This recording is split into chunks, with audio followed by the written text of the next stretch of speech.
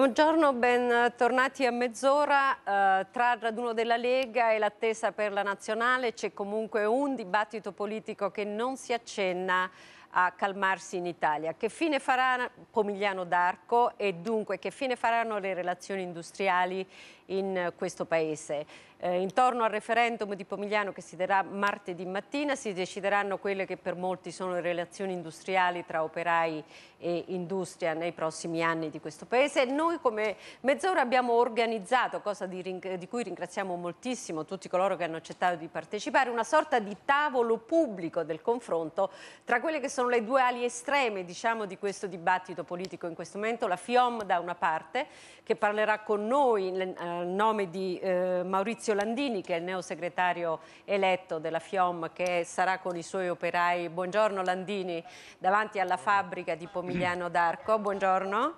Buongiorno, buongiorno. E dall'altra parte abbiamo da Venezia il ministro Maurizio Sacconi del welfare, il ministro del lavoro, che ringraziamo anche lui. Buongiorno ministro. Buongiorno, Buongiorno. A lei e ai lavoratori della FIOM. Grazie. Intanto ringraziamo entrambi i protagonisti per questo incontro, Sacconi in particolare, lei perché sono pochi i ministri che accettano di come dire, confrontarsi a caldo mentre le cose sono sempre così un po' sanguinolente, diciamo, mentre le cose fanno ancora male, e quindi diciamo, ringraziamo lei e Landini di nuovo, però per noblesse oblige a questo punto spero di avere il suo consenso. Tra l'altro vorrei ricordare ai nostri ascoltatori che Maurizio Sacconi è nato come militante, ha avuto la sua prima esperienza militante dentro la FIOM, è vero Ministro? Ho avuto un piccolo periodo di volontariato a 18 anni, era l'autunno caldo, e ho il ricordo di una organizzazione fortemente operaia e molto ostile all'estremismo e all'estremismo studentesco in modo particolare di quel tempo. Va bene, adesso invece vediamo un po' come è diventata questa organizzazione e darei per prima appunto la parola, noblesse oblige, come dicevo prima, a Maurizio Landini, neosegretario della FIOM, che ha le sue prime apparizioni televisive. Buongiorno Landini. Buongiorno. Allora, volevo dirle, entriamo subito nel merito. Voi fate delle previsioni per il voto di martedì mattina? Avete, diciamo, un'asticella oltre la quale o sotto la quale dichiarate vittoria? No, noi non facciamo alcuna previsione perché consideriamo il referendum di martedì un referendum illegittimo. Illegittimo perché viene sottoposto al voto un accordo che contiene delle violazioni alla Costituzione e noi non chiediamo ai lavoratori di votare contro la Costituzione. Secondo, è illegittimo perché non è un referendum libero. I lavoratori non possono liberamente dire di sì o di no, perché quando si è sotto la minaccia del licenziamento non c'è una libertà di pronunciarsi. Qui il quesito che c'è è: se dici di sì la Fiat investe, se dici di no la Fiat chiude lo stabilimento e ti licenzia. Quindi noi non consideriamo legittimo quel referendum, la consideriamo una forzatura ed un ricatto. Abbiamo però invitato le persone ad andare a lavorare perché non vogliamo che ci siano forzature da parte della Fiat. Sappiamo perfettamente, non chiediamo ai lavoratori di Pomigliano di fare gli eroi, perché sappiamo cosa vuol dire essere sotto il ricatto dell'occupazione, ma siccome i lavoratori sanno che la FIOM ha deciso nel suo comitato centrale, ma anche con l'assemblea degli iscritti di Pomigliano e anche nei direttivi di Napoli e della Campania, noi, se quell'accordo rimane così com'è, con quelle violazioni del contratto, i lavoratori debbono stare tranquilli che noi quell'accordo così com'è non lo firmiamo.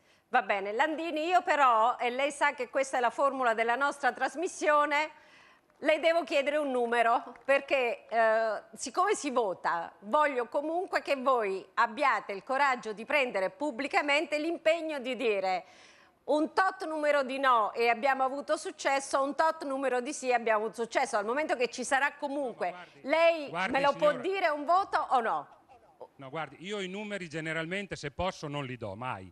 Però le vorrei dire che noi non diamo indicazioni di voto, per noi quel voto lì non ha un valore, non è legittimo, è un ricatto. Il referendum, insisto, in democrazia uno può dire di sì o di no.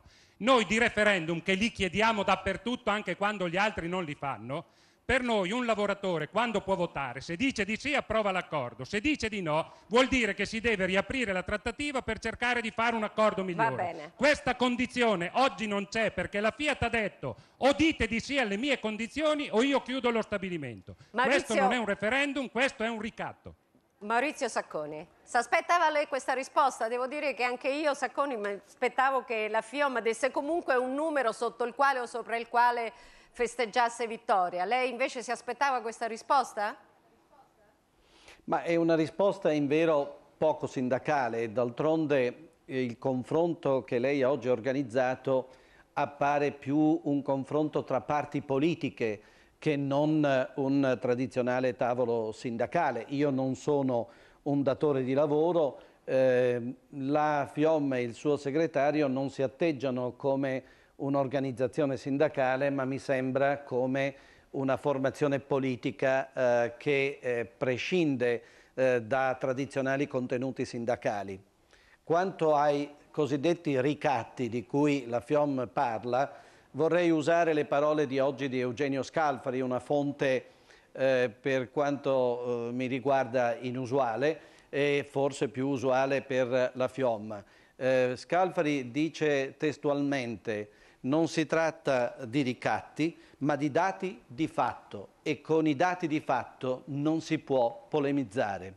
E l'importanza di quel referendum, l'importanza del risultato che esso darà è legata alla decisione della Fiat, che non è affatto scontata. Ecco. Mentre stiamo parlando noi dovremmo condividere la preoccupazione circa la scelta dell'azienda di effettuare davvero quegli investimenti consistenti che dovrebbero consentire di attrarre a Pomigliano, in uno stabilimento del Mezzogiorno d'Italia, per la prima volta una produzione di segmento A del gruppo Fiat, e di riconoscere in questo modo che il Mezzogiorno d'Italia può essere una piattaforma produttiva per l'intero bacino del Mediterraneo. Ecco, Ministro, lei apre esattamente la porta a uno dei dubbi su cui noi volevamo focalizzare in questa trasmissione. Landini, lei mi sente da giù, sì, da Pomigliano? Sì, ecco, le dicevo, uno dei... Avrei anche delle cose da dire, mi dica lei quando posso certamente, certamente. Voglio dire anch'io qualcosa. Uno dei nostri dubbi, che era la ragione Landini e Sacconi, per cui noi abbiamo immediatamente chiesto la questione dei numeri, che io mi domando, ci domandiamo, guardando almeno come redazione questa pratica, se poi è vero che effettivamente ci sarà un impegno della Fiat, cioè dire se vince o non vince il referendum.